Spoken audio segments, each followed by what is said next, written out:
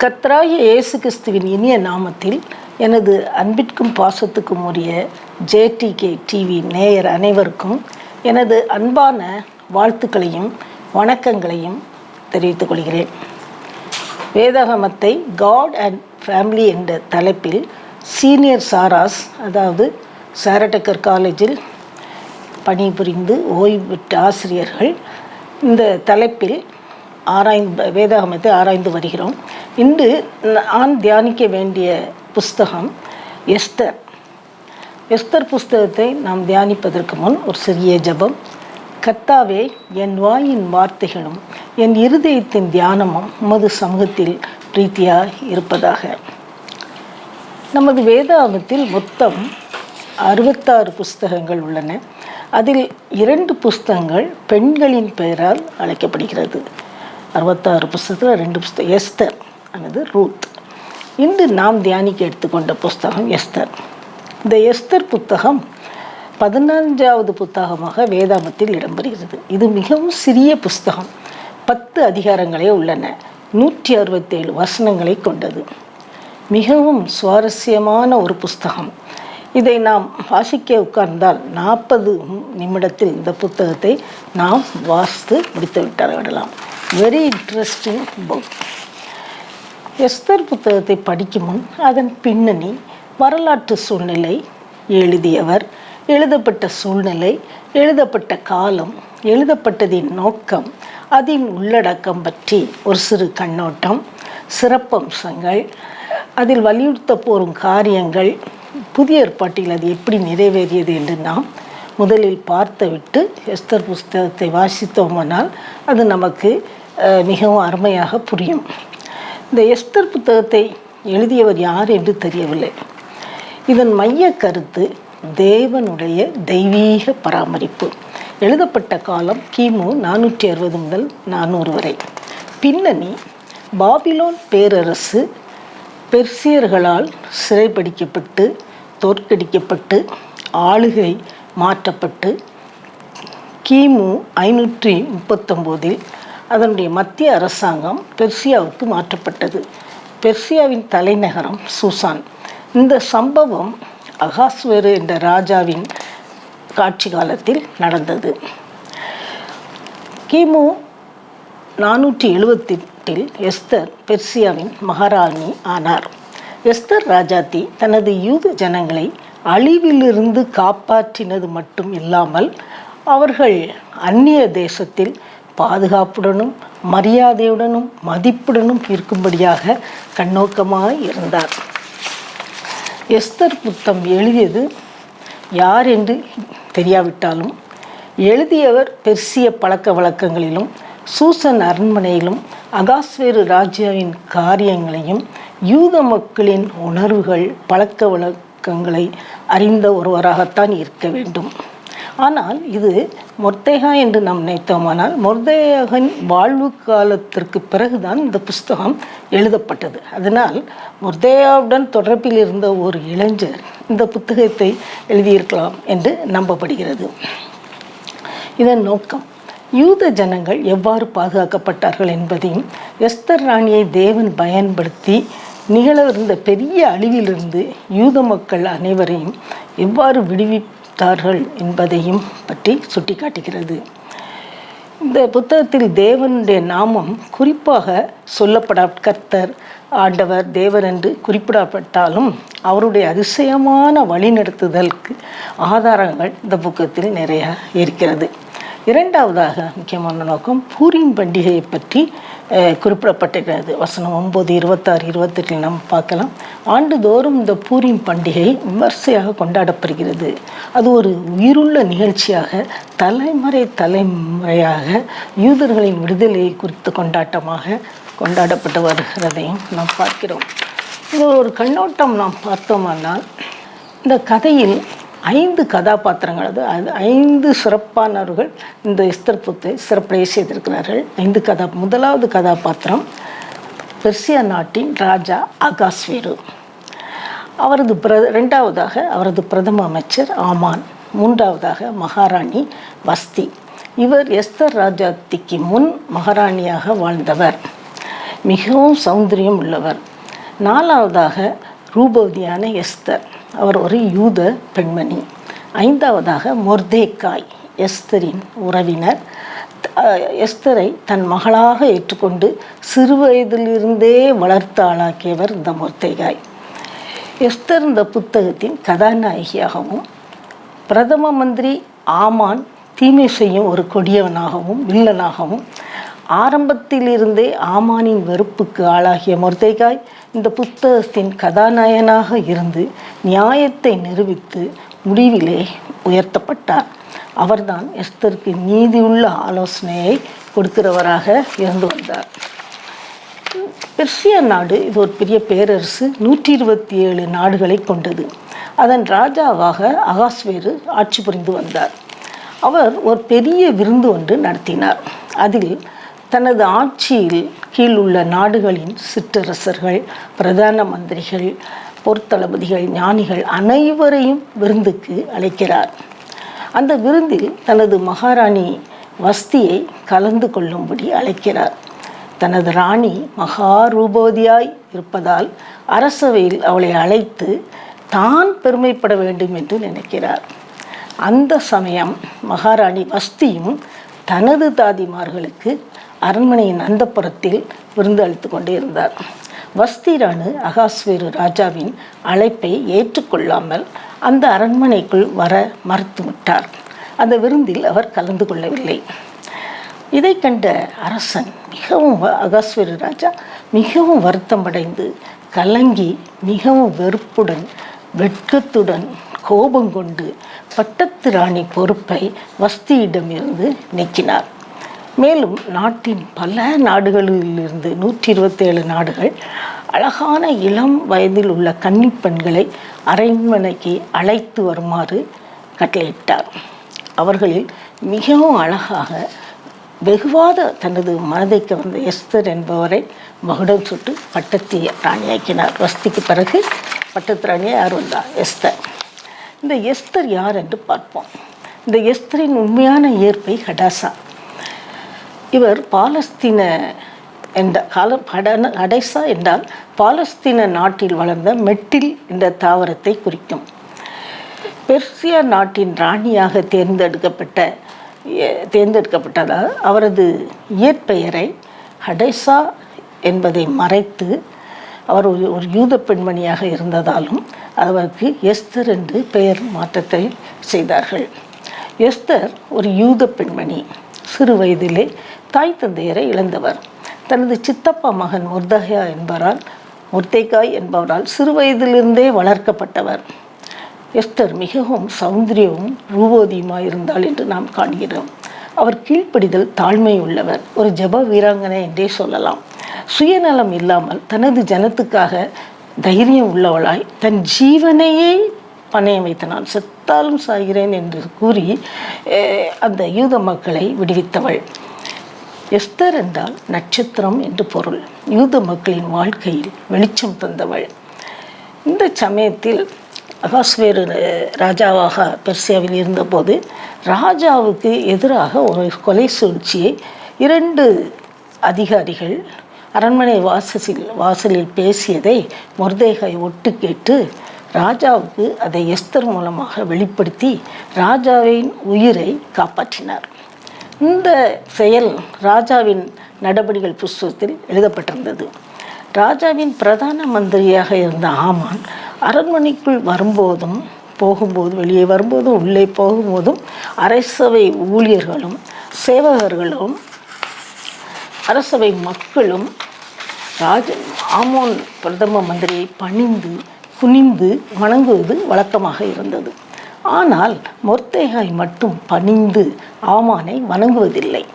இதை அறிந்த ஆமான் ஏன் மொர்தேக்காய் மட்டும் நம்மை வணங்குவதில்லை என்பதை கண்டுபிடிக்க ஆவல் கொண்டார். கடைசியாக அவன் ஒரு யூதன் என்று அறிந்து மொர்தேக்காயையும் அவனது இனத்தவராகிய மற்ற யூதர்களையும் வெறுக்க ஆரம்பித்தான். யூதர்களை எப்படியாவது பழி வாங்க வேண்டும் என்று யோசித்து கொண்டிருந்தார். எபிரேயர் ஆதார் மாதம் 12ஆம் மாதம் 13ஆம் தேதியில் சகல யூதர்களையும் அழித்து நிர்மூலமாக்க ராஜா அகஸ்வேருவிடம் வஞ்சகமாக சூழ்ச்சியாக பேசி அவரது முத்திரை மோதிரத்தை பெற்று ஒரு கட்டளையை பிறப்பித்தான். இதை அறிந்த மொர்தெகாய் யூதருக்காக ராஜாவிடம் பரிந்து பேசும்படி எஸ்தரிடம் அழைத்து கொண்டே இருந்தான். சகல யூதர்களும் அப்பொழுது எஸ்தர் சகல யூதர்களும் 3 நாள் உபவாசம் இருந்து ஜெபிக்கும்படியும் தானும் உபவாசம் இருந்து ஜெபிப்பதாகவும் கூறுகிறார். எஸ்தர் 4:16 வாஸ்தவமானால், நீர் போய் சூசானில் இருக்கிற யூதரை எல்லாம் கூட்டி வர செய்து 3 நாட்கள் அல்லும் பகலும் புசியாமலும் குடிக்காமலும் இருந்து எனக்காக உபவாசம் செய்யுங்கள். நானும் என் தாதிமார்களும் அரண்மனையில் உபவாசம் செய்வோம். இவ்விதமாய் சட்டத்தை மீறி ராஜாவிடத்தில் பிரவேசிப்பேன், நான் செத்தாலும் சாகிறேன் என்று சொல்ல சொன்னாங்க. ஏன்னா அந்த காலத்தில் ராஜாவுடைய பெர்மிஷன் இல்லாமல் அவர் பட்டத்து இளவரசினாலும் அங்கே போக முடியாது. அவர் செங்கோலை நீட்டினா தான் அப்படி பெர்மிஷன் இல்லாமல் போகிறவங்களே என்ன செய்திருவாங்க, ராணியாகவே இருந்தாலும் கொல்லப்படுவார்கள். ஸோ அதனால தான் எஸ்தர் என்ன சொல்கிறாங்க, நான் செத்தாலும் சாகிறேன் என்று சொல்லி ஒரு தைரியத்தை வளைத்து கொண்டு அவர்கள் உபவாசம் இருக்க சொல்கிறாங்க. இப்படி இப்போ ராஜாவை போய் சந்திக்கணும்னா தன்னுடைய சுய தைரியத்தில் போக முடியாது. அப்போ கடவுளுடைய ஒரு அந்த கிருபை வேணும், அந்த கடவுளுடைய ஒரு கிருபை வேணும். கடவுள் மனித தயவை அவர்கள் கொடுக்க. ஸோ அதுக்காக தான் எஸ்தர் என்ன சொல்கிறாங்க, 3 நாள் புசிக்க 3 நாள் என்ன செய்யுங்க, நீங்கள் மொர்தெகாய் நீங்கள் அவங்க யூதர்களெல்லாம் கூடி வர செய்து ஒரு உபவாசம் பண்ணுங்க. உபவாசம்னா என்ன, புசிக்காமல் குடிக்காமல் வந்து தேவனை நோக்கி இருப்பது தான், ஜபிப்பது தான் உபவாசம். ராஜாவின் சிங்காசனம் துணிந்து அந்த 3 நாட்களுக்கு பிறகு எஸ்தர் ராஜாவின் சிங்காசனத்தின் முன் துணிந்து சென்று ராஜாவின் தயவை பெற்றது இல்லாமல் ஆமானின் சூழ்ச்சியையும் ராஜாவுக்கு வெளிப்படுத்தினாள். எஸ்தருக்கு தேவனுடைய கிருபையில் அந்த தயவு கிடைச்சது. ராஜா அவள் வந்தது உன் மண்டாட்டு என்ன, நீ என்ன கேட்டாலும் தருவேன், இந்த ராஜ்யத்தில் பாதி நாள் தருவேன்னு சொல்லி அவளை மிகவும் சந்தோஷமாக அவளிடம் கேட்கிறார். அகாஸ்வேரு ராஜா தேவனின் அருளால் ஒரு உறக்கமில்லாத இரவின் போது மொர்தெகாய் நற்செயலை நடவடிக்கைகள் புஸ்தகத்திலிருந்து கண்டுபிடித்து விடுகிறான். கண்டுபிடித்து மொர்தெகாயை கௌரவப்படுத்தினார்.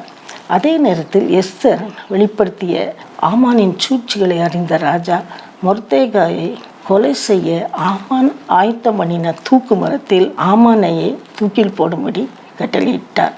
அதுபோக யூதருக்கு ஆதரவாக 2வது கட்டளையையும் யூதர்கள் ராஜாவை கட்டளை ஒன்றை பிறப்பித்து யூதர்களை காப்பாற்றி வெற்றி பெற செய்தார். இதான் கதை.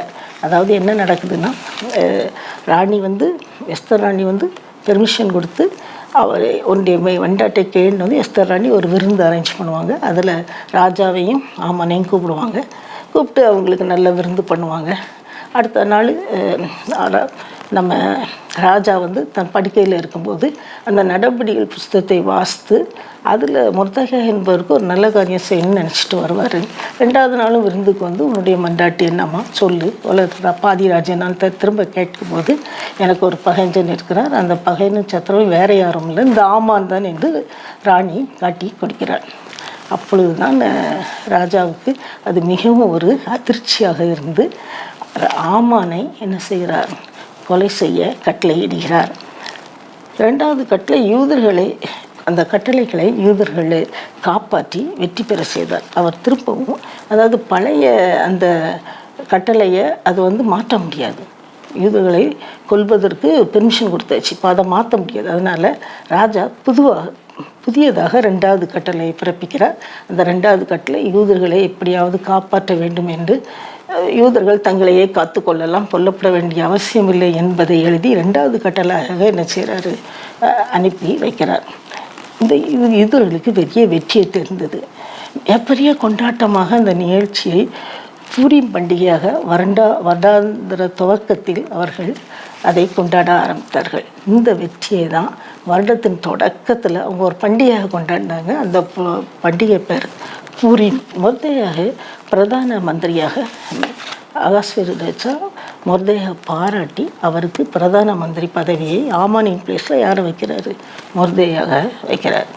இந்த மாதிரியாக யூத மக்கள் வாழ்க்கையில் ஒரு வெளிச்சம், ஒரு மகிழ்ச்சி, ஒரு நட்பு, ஒரு சந்தோஷம், ஒரு துக்கமும் மகிழ்ச்சியாக என்ன செய்தது மாறியது. மிகவும் சந்தோஷமாக இருந்தனர். அதே நேரத்தில் ஆமான் தூக்கிலிடப்பட்டார். ஆமானுடைய 10 மகன்களும் தூக்கிலிடப்பட்டனர். ஆமானுடைய இனத்தவர்களும் என்ன செய்யப்பட்டனர், அழிக்கப்பட்டனர். இந்த எஸ்தர் புஸ்தகத்தின் சிறப்பம்சத்தை பார்த்தோம்னா, முதலாவதாக வேதாகமத்தில் ஒரு பெண்ணின் பெயரால் குறிப்பிடப்படும் 2 புஸ்தகங்களில் எஸ்தர் புத்தகம் உண்டு. இரண்டாவதாக இந்த புஸ்தகம் ஒரு பண்டிகையோடு தொடங்கி ஒரு பண்டிகையோடையே என்ன செய்கிறது, முடிவடைகிறது. மேலும் மொத்தமாக 10 பண்டிகைகளையும் விருந்துகளையும் பற்றி குறிப்பிடப்பட்டிருக்கிறது. அனைத்து நிகழ்ச்சிகளும் விருந்துகள் சுற்றியே நடைபெறும். எதற்கெடுத்தாலும் விருந்து தான். ராணி பெர்மிஷன் கேட்குறதும் ஒரு விருந்தில் தான் கேட்பார். ராஜா விருந்தில் தான் வஸ்திராணியை வர சொல்வார். இந்த மாதிரி நிறைய பண்டிகைகளும் இந்த காலத்தில் நடந்திருந்தது. எஸ்தர் புஸ்தகம் எபிரேய வேதாம் புத்தகத்தில் 3ஆம் பகுதியில் 5 சுருள் இருக்கிறது. அந்த 5 சுருளில் கடைசி புத்தகம் எஸ்தர் புத்தகம். இந்த புஸ்தகம் யூத பண்டிகை தோறும் இந்த சுருளை வாசிப்பாங்க. அந்த வாசித்துட்டு அந்த பூரீம் பண்டிகை நாளில் ஒவ்வொரு வருடமும் அது கொண்டாடப்படும். 2 நாட்கள் அந்த பண்டிகை கொண்டாடப்படும். யூதர்களின் வெற்றியை நினைத்த ஒரு பண்டிகையாக அது இருந்தது. முதல் நாளில் புரியும் 2 நாளில் முதல் நாள் உபவாசம் இருந்து ஜெயிப்பார்கள். 2வது நாள் இன்னிசை பாடுதல், இசை நிகழ்ச்சி, ஏழைகளுக்கு உதவி செய்தல், பரிசு பொருட்கள் கொடுத்தல் என அதை மிகவும் சந்தோஷமாக தலைமுறையாக அதை என்ன செய்து வராங்க, கொண்டாடி வருகிறார்கள்.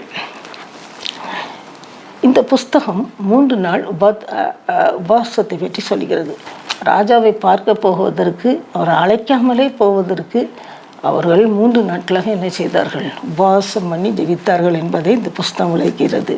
எஸ்தர் புத்தகத்தில் தேவனுடைய நாமம் எங்கும் காணப்படாவிட்டாலும், எங்கேயுமே கர்த்தர், தேவன், ஆண்டவர் என்ற வார்த்தைகள் இல்லாவிட்டாலும் கூட இந்த புஸ்தகம் எங்கும் அவருடைய அதிசயமான வழி நடத்துதலை நாம் அந்த எஸ்தர் புத்தகத்தில் பார்க்கிறோம். அதற்கு நிறைய சான்றுகள் அங்கும் இங்குமாக இருக்கிறது.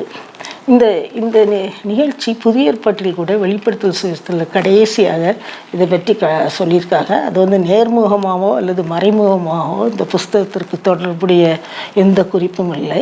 ஆனால் சகல யூதர்களையும் கிறிஸ்தவர்களை அழிக்கும் அந்திகிறிஸ்து வகை தேடுவான் என்ற வசனத்தில் யூதர்களை அழிப்பு பற்றி கூறப்பட்டிருக்கிறது. எஸ்தர் புஸ்தகத்திலிருந்து நாம் கற்றுக்கொள்ள வேண்டியது என்னென்னா, முதலாவதாக கீழ்ப்படிதல். எஸ்தர் ராணி தனது மொர்தெகாயின் வார்த்தைகளுக்கு கீழ்ப்படிந்து நடந்து யூத மக்களை விடுவித்தார். வஸ்தி மகாராணி தனது கீழ்ப்படியாமையால் ராஜ மேன்மையை இழந்தார். தன்னைத்தானே எஸ்தர் தாழ்த்தினார். இரண்டாவதாக, ஆண்டவர் நம்மை எந்த நிலையில் வைத்தாலும் அது உயர்வோ தாழ்வோ அதற்கு முழு நோக்கமுண்டு என்பதை புரிந்து கொள்ள வேண்டும். மூன்றாவதாக, ஆண்டவருக்காக எதையும் செய்ய நாம் ஆயத்தமாய் இருக்க வேண்டும். நான்காவதாக, ஜெபமும் அர்ப்பணிப்பும் உள்ளவர்களாய் நாம் வாழ வேண்டும். ஜெபம் நமது வாழ்க்கையை மாற்றும், வரலாற்றை மாற்றும். அஞ்சாவதாக, கர்த்தர் தம்முடைய ஜனங்களை பிசாசின் எல்லா விதமான தாக்குதலில் இருந்து அற்புதமாக பாதுகாக்கிறார், நம்மை வழி நடத்துகிறார். அவர் ஜீவனுள்ள தேவன் என்பதை நாம் புரிந்து கொள்ள வேண்டும். நாம் கர்த்தரையே சார்ந்து வாழ பழகிக்கொள்ள வேண்டும். எந்த இதாக இருந்தாலும் எஸ்தர் புஸ்தகம் நமக்கு கொடுக்குற ஒரு மெயின் இது நம்ம எப்பொழுதும் கடவுளை என்ன செய்யணும், அந்த ஜெபத்தில் நம்ம ஒரு கான்டாக்ட் பண்ணிக்கணும். நிறைய பேர் ஜெபம் பண்ண நேரம் இல்லை. ஆனால் எப்போ நம்ம முழங்கால் படியிட்டு பணிவோடு நம்ம கர்த்தரை நாடுகிறோமோ அப்போ அது நமது வாழ்க்கையில் எந்த குறைவும் இருக்காது. நிச்சயமாக ஒரு மாற்றம் ஏற்படும், ஒரு சேஞ்ச் இருக்கும். அதை தான் நம்ம எஸ்தர் புத்தகத்தில் பார்க்குறோம். எஸ்தர் அந்த ராஜாவை அழைக்காமலே அங்கே போகணுன்னா அவளுக்கு ஒரு தைரியம் வேணும். கொல்லப்பட்டால் கூட கொல்லப்படலாம். ஆனால் தேவனோடு அவள் 3 நாள் அதுக்கு ஒதுக்கணும். உபவாசித்து ஜெபம் பண்ணலாம். உபவாசத்துன்னா என்னது, புசிக்காமல் குடிக்காமல் கடவுளை நோக்கி இருக்கிறது தான் உபவாசம். அந்த அர்ப்பணிப்பு தான் அவளுக்கு என்னதை கொடுத்தது, வெற்றியை கொடுத்தது. அதனால் நாமும் நம்முடைய வாழ்க்கையில் ஜெபம் பண்ணுவது, உபவாசிப்பது என்பதை ஒரு பழக்கமாக்கி கொள்ள வேண்டும். மேலும் இந்த எஸ்தர் புத்தகம் நாம் அறிகிறோம். லூக்கா 4:11 சொல்லியிருக்கிறபடி தன்னைத்தான் உயர்த்துகிறவன் எவனும் தாழ்த்தப்படுவான், தாழ்த்துகிற எவனும் உயர்த்தப்படுவான். இதை நம்ம பார்க்கோம். ஆமான் வந்து தன்னை ரொம்ப உயர்த்திட்டு பிரதான மந்திரிலேருந்து ரொம்ப முத்திரமோதிரத்தெல்லாம் வாங்கி ராஜாட்ட இருந்து இஷ்டத்துக்கு வேண்டாத வேலைகளை பார்த்தான். தன்னை உயர்த்தி கொண்டு எப்பவும் தன்னை என்ன நினச்சிக்கிறான், ரொம்ப உயர்த்தி நினைத்து கொள்வான். ஆனால் மொர்தெகாய் எளிமையானவர், தன்னைத்தான் தாழ்த்துகிற இவனும் உயர்த்தப்படுவான். முந்தையாக கடவுள் என்ன செய்தார், உயர்த்தினார். ஆமோனுடைய இடத்துக்கு யார் வந்தார், மொர்தெகாய் வந்தார். அவருடைய ஜபம், அவருடைய அர்ப்பணிப்பு, இதெல்லாம் பார்த்து கடவுள் அவர் பிரதான மந்திரியாக்கினார். யூத மக்கள் தமது ஜனங்களை, இஸ்ரேல் மக்களை, தமது யூத ஜனங்களை அந்த பெர்சிய நாட்டிலிருந்து என்ன செய்தார், விடுவித்தார். இதை நம்ம எப்பவும் தாழ்மையாக இருக்க கற்றுக்கொள்ள வேண்டும் என்று இந்த எஸ்தர் புத்தகம் நமக்கு விரிவாக சொல்கிறது.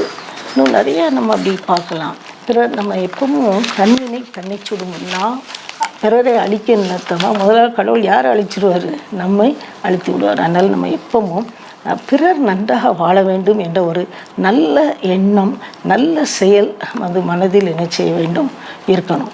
நிச்சயமாக நமக்கு மற்றவங்களை பற்றி ஒரு நல்ல எண்ணமும் நல்ல செயலும் இருந்துச்சுன்னா, மற்றவங்க நல்லா இருக்கணும் நாம் நினச்சோன்னா நிச்சயம் கடவுள் நம்மளை என்ன செய்வார், உயர்த்துவார். தன்னை போல் பிறரை நேசின்னு தான் நம்ம கடவுள் சொல்கிறார். தன்னை போல் பெரிய கட்டளை தான், தன்னை போல் உன்னை போல் நீ பிறரையும் என்ன செய்ய நேசி. அந்த குணம் இருந்தால் நம்ம கடவுளோடு ஜெபத்தோடு இருந்தோம்னா நம்ம நிச்சயமாக என்ன செய்வோம், உயர்த்தப்படுவோம். இந்த எஸ்தர் புத்தகம் மிக அழகாக சுட்டி காட்டுகிறது. நான் கூட என்னுடைய லைஃப்பில் நிறையா காரியங்களை பார்த்துருக்கேன். நான் வந்து ஒரு 35 வயசாக இருக்கும்போது, அப்போ எனக்கு காரு எல்லாம் வசதி கிடையாது. நான் வந்து சேரட்டுக்கர் காலேஜுக்கு வேலைக்கு வரும்போது ஹஸ்பண்டு பிள்ளைகளுக்கெல்லாம் டிஃபன் கட்டிட்டு, நானும் காலையில் சாப்பாடு சாப்பிட்டு மத்தியானம் சாப்பாடு எடுத்துக்கிட்டு நான் ஓடி வந்து நடந்து வந்து 3 பஸ் மாறி நான் இங்கே போவேன், காலேஜுக்கு போவேன். அப்போ கூட பிள்ளைகள்லாம் அந்த வாசல் அப்படி நிற்பாங்க, அந்த 5C பஸ்ஸில் என்னை அப்படி தூக்கி உள்ளே போடுவாங்க. நான் கொஞ்சம் குண்டாக இருக்கிறதுனால என்னை உள்ளுக்கு பேஸ் பண்ணி போக முடியாது. தள்ளி எப்படியோ ஒரு வகையாக வந்து பஸ்ஸில் மேலே உள்ள கம்பியை பிடிச்சி நிற்பேன், மூச்சு. அப்போ கூட நான் ஜெபம் பண்ணுவேன், ஆண்டவரே சோஸ்திரம். வேறு ஒன்றும் எனக்கு சம்பளம் தர தெரியாது. எஸ்வே சோஸ்திரப்பா, எஸ்வே சோஸ்திரப்பா, எஸ்வே சோஸ்திரப்பா, என்னோட இருப்பா. இதை தவிர நான் எதுவுமே அந்த சாந்தி நகர்லேருந்து நான் காலேஜ் வர வரைக்கும் இதை தான் நான் சொல்லிக்கிட்டே வருவேன். சோஸ்திர இந்த கடவுள் என்ன நல்லபடியாக 3 பிள்ளைகள் கொண்டு வரும், என்ஜினியர்ஸ், ஆசீர்வதித்திருக்காரு. எந்த குறையும் வாழ்க்கையில் அவர் நமக்கு தரமாட்டார். நமக்கு எந்த நேரம் என்ன வேணுங்கிறது கடவுளுக்கு தெரியும். நம்ம ஆனால் கடவுளோடு சார்ந்து பட்டுக்கிடணும். அந்த கடவுளோடு சார்ந்து இருக்கணும்னா நம்ம ரொம்ப ஈஸியாக இருக்க முடியாது. நம்ம கடவுள்கிட்ட ஜெபம் பண்ணணும், ஆண்டவரே இப்படி தயவு வேணும், உம்முடைய கிருபை வேணும், இந்த மனிதர்களுடைய தயவு எனக்கு கிடைக்க செய்யும். அப்போ தான் நம்ம இந்த உலகத்தில் மனிதர்களுடைய தயவு நமக்கு வேணாம். அந்த மனித தயவு நமக்கு தரணும்னா நமக்கு தேவனுடைய கிருபையும் தேவனுடைய பராமரிப்பும் தேவனுடைய வழி நடத்துதலும் நமக்கு என்ன செய்யணும், கண்டிப்பாக வேணும். அதை நம்ம பெற்றுக்கொள்கிற மாதிரி இருக்கணும். கடவுள் நம்மளை எல்லாத்தையும் பார்த்துக்குவார். என்னுடைய பிள்ளையுடைய மேரேஜுக்கு கூட எல்லோரும் சேர்த்து வச்சுருக்கியா, பணம் சேர்த்து வச்சுருக்கியான்னு கேட்பாங்க காலேஜில். ஏன்ட்ட ஒன்றுமே இருக்காது, அண்டடாக கதை இருக்கும் மட்டும். ஆனால் கடவுள் ஆச்சரியப்படுறாம 3 பிள்ளையுடைய திருமணங்களையும் ரொம்ப அழகாக செய்தார். என்னென்னா ஜெபம். நான் ஒவ்வொரு பிள்ளைகள் காடையும் கொண்டு க்ளோரி இந்த சர்ச்சில் வச்சு, ஆண்டவரே 9 பிள்ளையா நீர் இதை நினச்சி இந்த கல்யாணத்தை எனக்கு என்ன செய்தோம், ஆசீர்வாதமாக நடத்தி கொடுங்க நான் கேட்டிருக்கேன். ஆனால் எல்லாமே எனக்கு நல்லபடியாக கடவுள் முடித்து கொடுத்தார். இதில் வந்து என்ன தெரியுதுன்னா, ஜெபம் வாழ்க்கையில் வாசம், ஜெபம், அர்ப்பணிப்பு, இதெல்லாம் வாழ்க்கையில் எவ்வளவு முக்கியங்கிறது எஸ்தர் புத்தகம் நமக்கு எடுத்து காட்டுகிறது. ஜெபம். அன்பும் இரக்கமும் உள்ள பரிசுத்த பிதாவே, இந்த நேரத்தில் எஸ்தர் புத்தகத்தை படிக்க ஆராய்ச்சி பண்ண எங்களுக்கு கொடுத்த கிருபைக்காக உம்மை துதிக்கிறோம். நாங்களும் உமக்கு கீழ்ப்படிந்து நடக்கவும் ஜெபத்தினாலும் உபவாசத்தினாலும் எங்களை அர்ப்பணித்து உம்மை சார்ந்தவர்களாக உமது சித்தத்தின்படி வாழவும் நல்ல எண்ணம் நல்ல செயல் உள்ளவர்களாகவும் புரியவும் உமது கிருபையையும் தயவையும் பெற்றுக்கொள்ள எங்களை ஆசீர்வதித்து வழிநடத்தியவர்களும் கர்த்தராகிய இயேசு கிறிஸ்துவின் மூலமாய் வேண்டிக் கொள்கிறோம் சுவாமி, ஆமென். ஒரு சிறு பாடலோடு நான் முடிக்கிறேன். ஜெபம் வாழ்க்கையில் ரொம்ப முக்கியமானது. ஜெபம், அர்ப்பணிப்பு, அதை நம்ம வந்து பண்ணணும். ஜெபத்தை கேட்கும் எங்கள் தேவா, ஜெபத்தின் வாஞ்சை தந்தருளும், ஜெபத்திலே ரித்திருந்து ஜபத்தின் மேன்மை காணச் செய்யும். ஜபமே ஜீவன், ஜபம் ஜெயம், ஜீவியத்திற்கீதுவே சட்டம். ஜபமே ஜீவன், ஜபம் ஜெயம், ஜீவியத்துக்கீதுவே சட்டம். ஊக்கத்துடனே ஓர் முகமாய் வாக்கு தத்தத்தை பற்றி கொண்டு நோக்கத்தை எல்லாம் நேர்மையாக்கி கேட்கும்படி கிருபை செய்யும். ஜபமே ஜீவன், ஜபம் ஜெயம், ஜீவியத்திற்கு இதுவே சட்டம். ஜபமே ஜீவன், ஜபம் ஜெயம், ஜீவியத்திற்கு இதுவே சட்டம். ஆகாத நோக்கும் சிந்தனையை ஆகற்றும் எங்கள் நெஞ்சை விட்டு வாகானதாக்கும் மனமெல்லாம் வல்லமையோடு வேண்டிக் கொள்ளேன். ஜபமே ஜீவன், ஜபம் ஜெயம், ஜீவியத்திற்கீதுவே சட்டம். ஜபமே ஜீவன், ஜபம் ஜெயம், ஜீவியத்திற்கீதுவே சட்டம். இடைவிடாமல்